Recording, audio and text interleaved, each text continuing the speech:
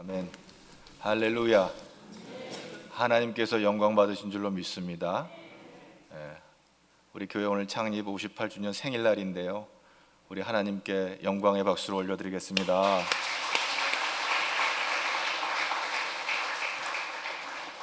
사무엘하 23장에서 다윗의 통치 기간에 그와 함께했던 용사들의 이름을 거명하고 있습니다.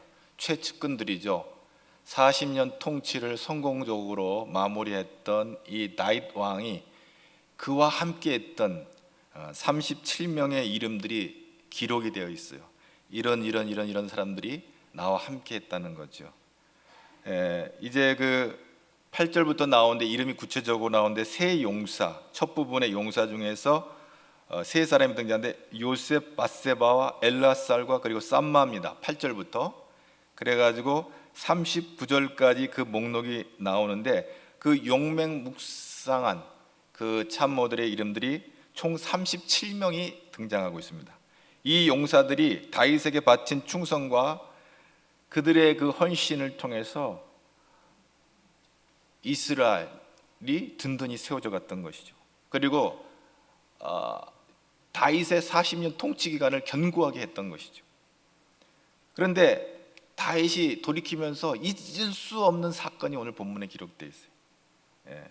그건 뭐냐면 오늘 이제 그 사울 치하에 블레셋은 그 베들레헴과 주변 르바임 골짜기를 이렇게 지배하고 있었어요. 점령하고 있었죠. 이러한 상황에서 다윗은 사울에 의해서 쫓겨서 지금 오늘 본문 상황을 보면 어디에 가 있냐면 아둘람 굴이라고 하는 곳에 지금 피난해 있는 상황이에요. 그 아둘람 굴에 피난해 있을 때 있었던 일이에요.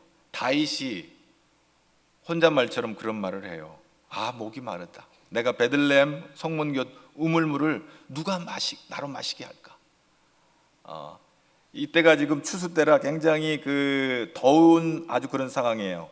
우리 13절 말씀 한번 다 같이 한번 볼까요? 13절 말씀, 23장 13절 말씀입니다. 한번 볼까요? 또 30두목 중 세 사람이 곡식 뺄 때에 아둘람 굴에 내려가 다윗에게 나아가는데 때에 블레셋 사람 한 무리가 르바임 골짜기에 진쳤더라. 곡식 뺄 때에, 이때가 좀 더위가 있는 때예요. 굉장히 이제 목마른 그런 상황인데 이때 다윗이 그런 말을 하는 것이요. 15절 한번 볼까요? 15절 말씀 시작. 다윗이 소원하여 이르되 베들레헴 성문 곁 우물물을 누가 내게 마시게 할까 하며. 그렇습니다. 그런데 이 말을 다윗의 세 용사가 듣게 되어지죠.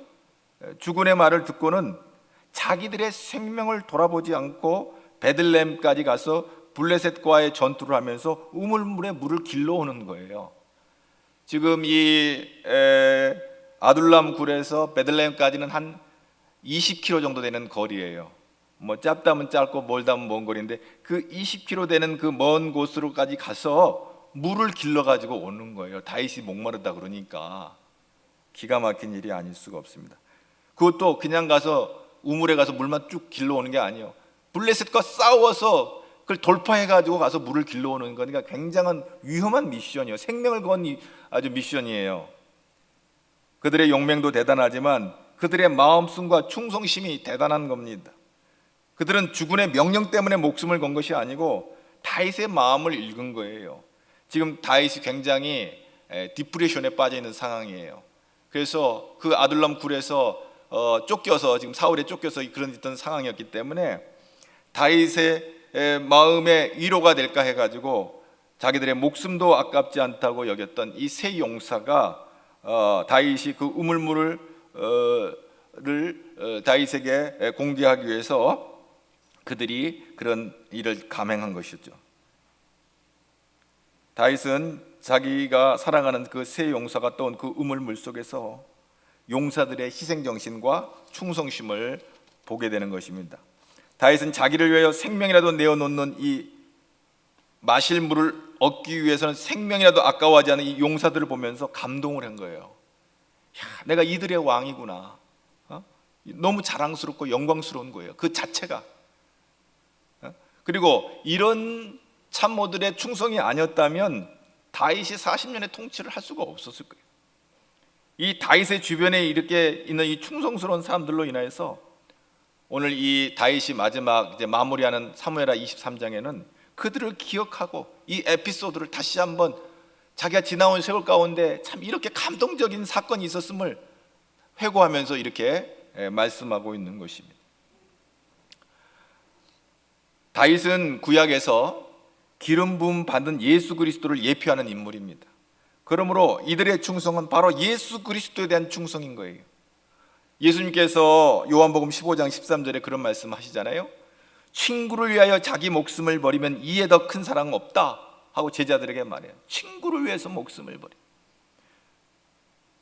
요한복음 15장 13절에 그런 말씀을 하시는데 사도 요한이 그 말씀을 받아서 아마 그런 것 같아요. 요한 1서 3장 16절에 보면 그가 우리를 위하여 목숨을 버리셨으니 우리가 이로써 사랑을 알고 우리도 형제들을 위하여 목숨을 버리는 것이 마땅하니라.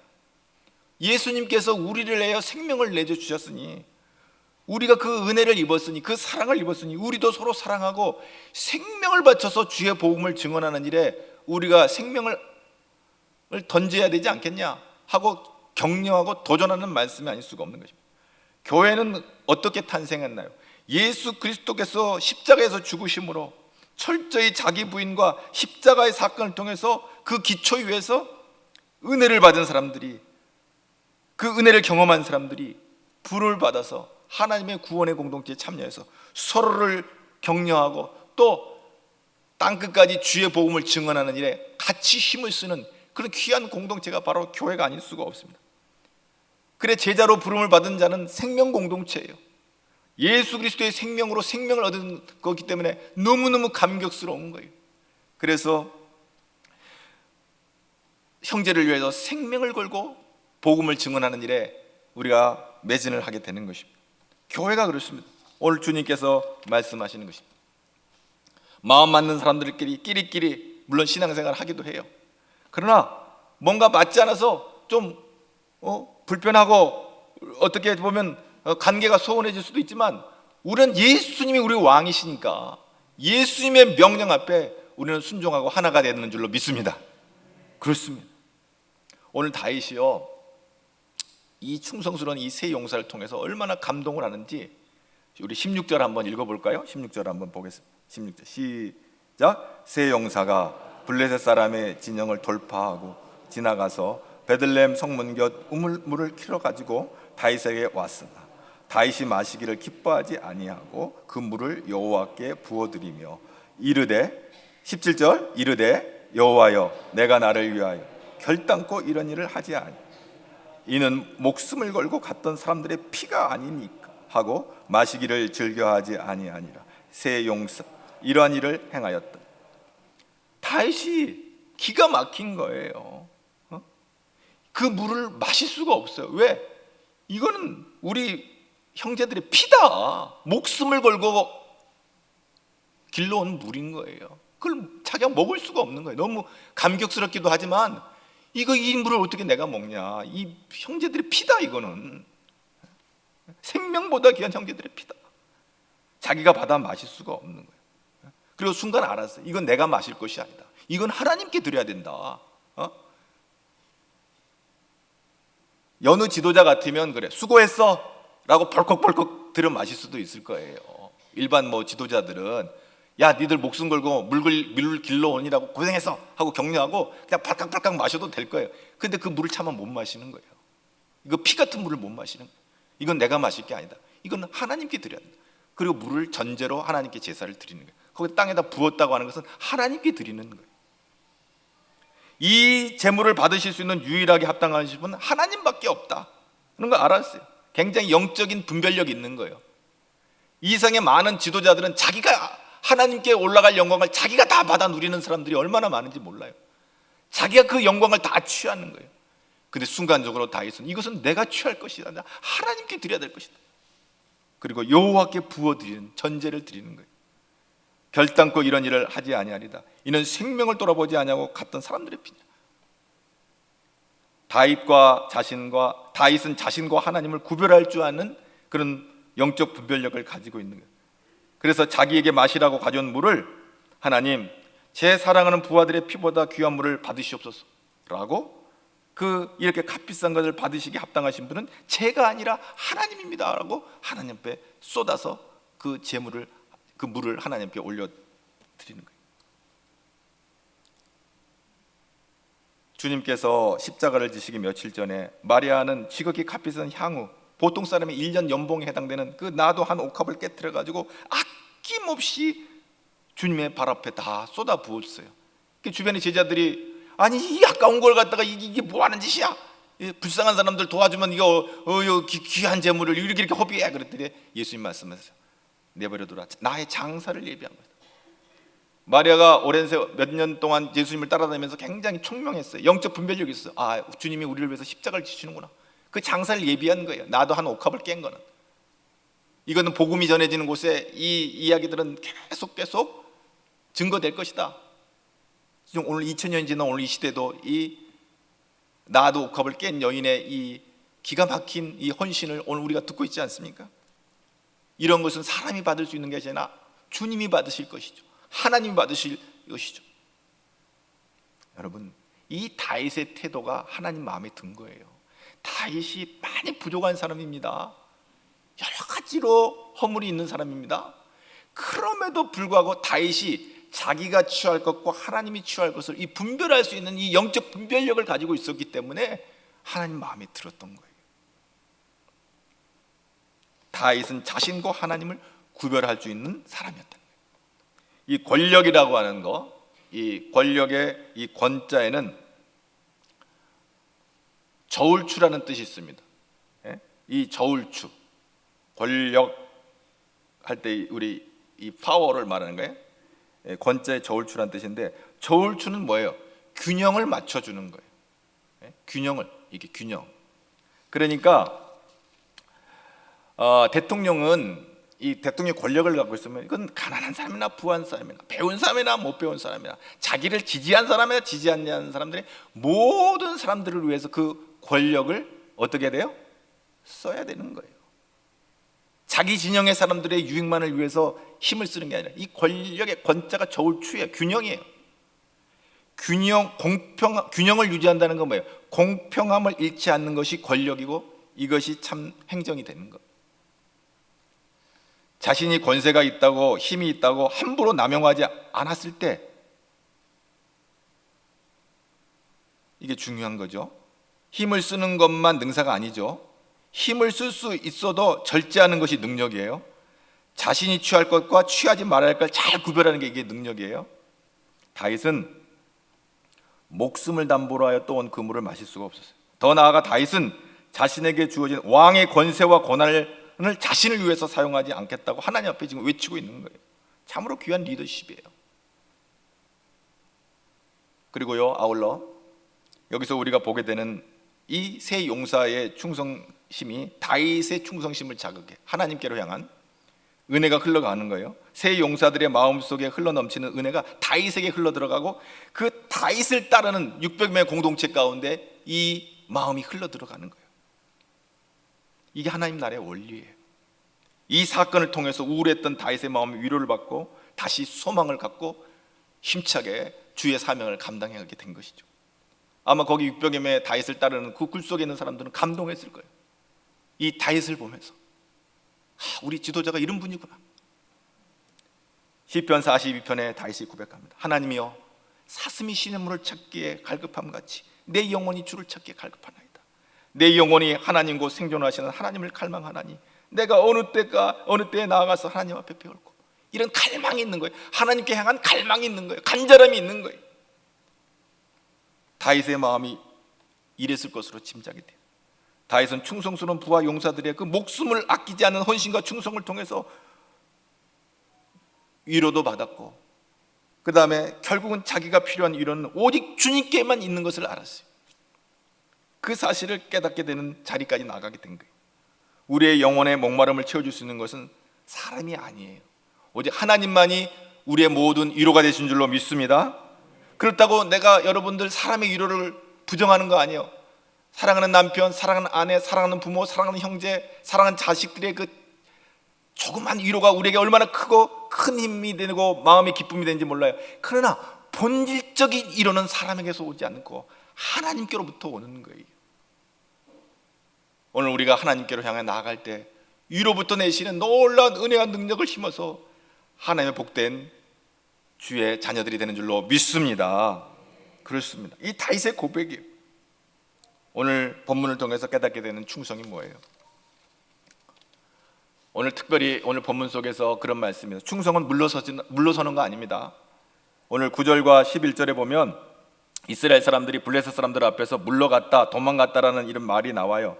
그런데 다윗의 세 용사들은 블레셋과의 전쟁에서 뒤로 도망하거나 물러서지 않았고, 특별히 엘리아살은 다른 사람들은 겁을 먹고 도망갔지만 칼 잡은 손이 굳어질 때까지 싸웠어요. 손이 굳어가지고 이게 칼인지 내 손인지 모를 정도로 그 싸움을 하는데, 그렇게까지 전심전력해서 블레셋과 싸우는 걸 보게 되죠. 도망가지 않아요. 뒤로 빠지지 않아요. 역시 쌈마도 마찬가지예요. 블레셋과 함께 싸워 나가는데 이렇게 생명을 걸고 싸우니 결국 어떻게 돼요? 12절 말씀 우리 다 같이 한번 볼까요? 12절 말씀. 그는 그 밭 가운데에 서서 마가 블레셋 사람들을 친지라 여호와께서 큰 구원을 이루시리. 이 큰 구원, Great Victory라고 되어 있어요. 우리 NIV 성경 Great Victory, 큰 승리를 얻은 거예요.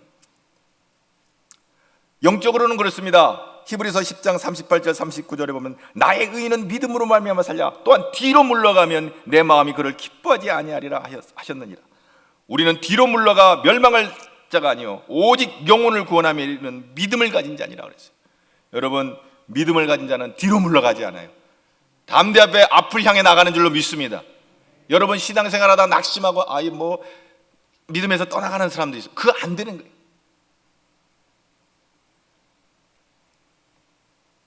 뒤로 물러가는 거예요. 충성은 뒤로 물러가는 거 아니에요.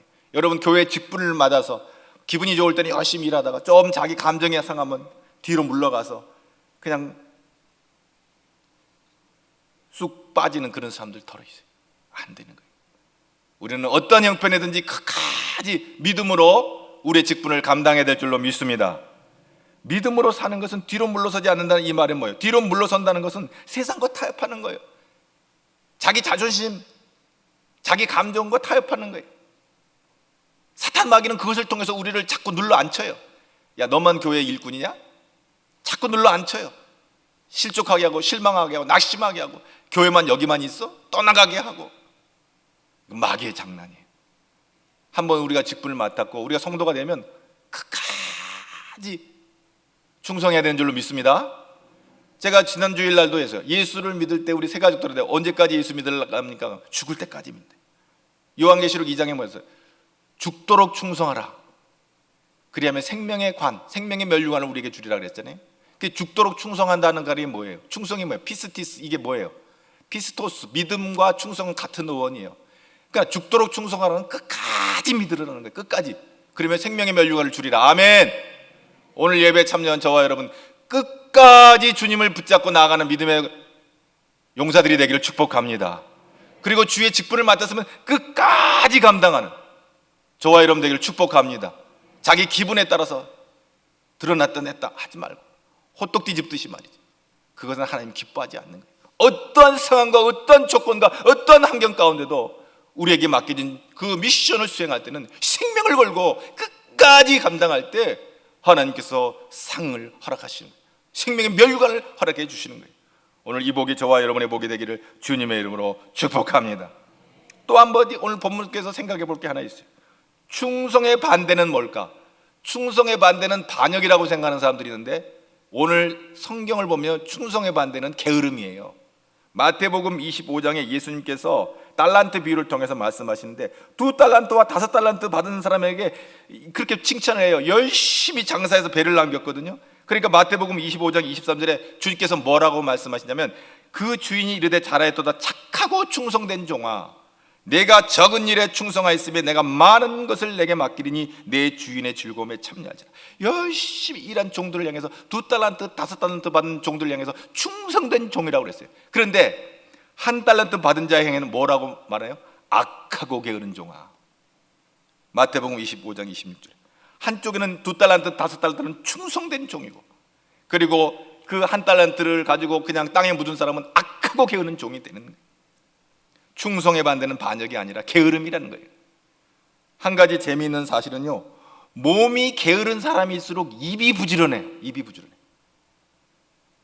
2달란트, 5달란트 받은 자는요, 말이 필요 없어요. 제가 남겼습니다.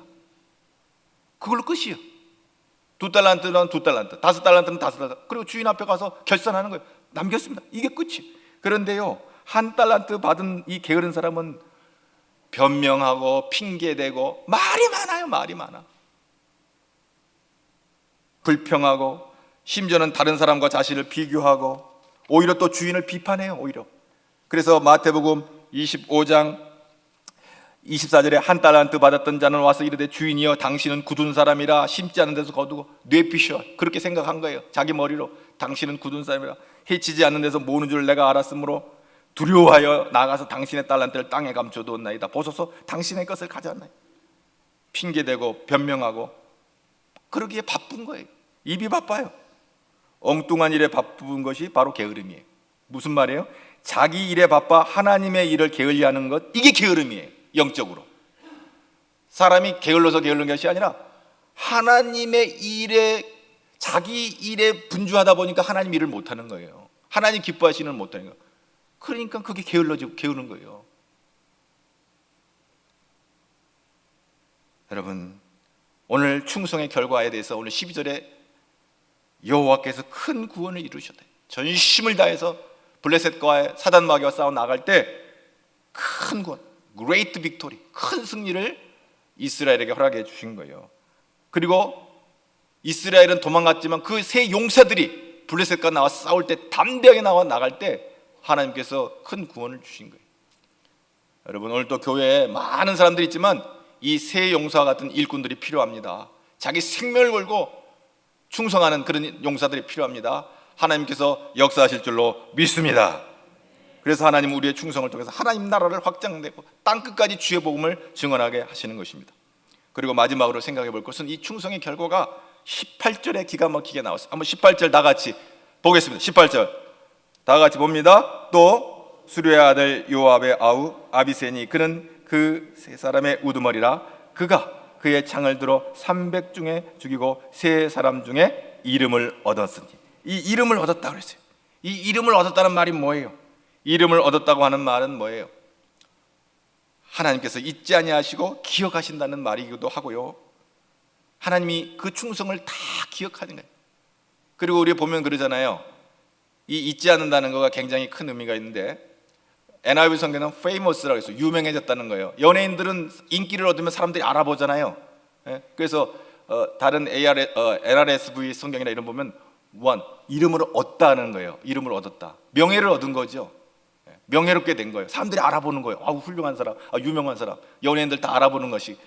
여기서 오늘 이름을 얻는다는 건 뭐냐면 하나님 나라의 생명책에 내 이름이 기록되어서 하나님이 기억하신 바가 되는 거예요. 아멘. 오늘 저와 여러분이 하나님 앞에 기억하신 바 되는, 하나님 앞에 이름을 얻는 자가 되기를 주님의 이름으로 축복합니다. 나 너 몰라. 마지막 심판 때 나 너 몰라. 저 장로 했는데요. 저 뭐 회장도 하고요. 저 뭐 집사도 하고 권사도 하고. 나 너 몰라. 그럼 끝나는 거예요. 그러나 난 너를 알지. 내가 너의 충성을 알지. 내가 너의 수고를 알지. 너 많이 힘들고 억울하고 답답했을 때도 충성을 다했던 건 내가 너 알지. 하나님 앞에 이름이 기억된 바 되고 이름을 얻는 자가 될 줄로 믿는 것입니다. 바로 죽도록 충성하는 자에게 생명의 면류관을 주십니다. 면류관은 승리의 상징이죠. 명예로운 일이죠. 하나님께서 충성된 사람을 잊지 아니하시고 상을 주시는 것이죠. 오늘 임직식이 바로 이제 예배 설교 끝나고 있을 건데, 임직 받는 분들에게만 이것이 해당되는 것이 아니라 오늘 예배에 참여한 모든 분들이 충성되이 주님을 섬기고 지교회를 섬김으로 말미암아 이 상급을 받는 복의 주인공들이 되기를 주님의 이름으로 축복합니다. 하나님이 여러분을 책임져 주실 줄로 믿습니다. 여러분을 기억해 주실 줄로 믿습니다. 마지막 생명책에 여러분을 기록하여 영생 복락에 참여하는 복을 저와 여러분에게 허락하여 주실 줄로 믿습니다. 할렐루야. 기도하겠습니다. 하나님 감사합니다. 오늘도 하나님의 은혜 가운데 이 귀한 말씀을 통해서 우리에게 허락하여 주었사오니 하나님 나라에 충성된 주의 군사들이 되어서 하나님의 상급을 받기까지 달려갈 길을 달려가는 믿음의 용사들로 우리를 사용하여 주옵소서. 예수님 이름으로 기도하옵나이다.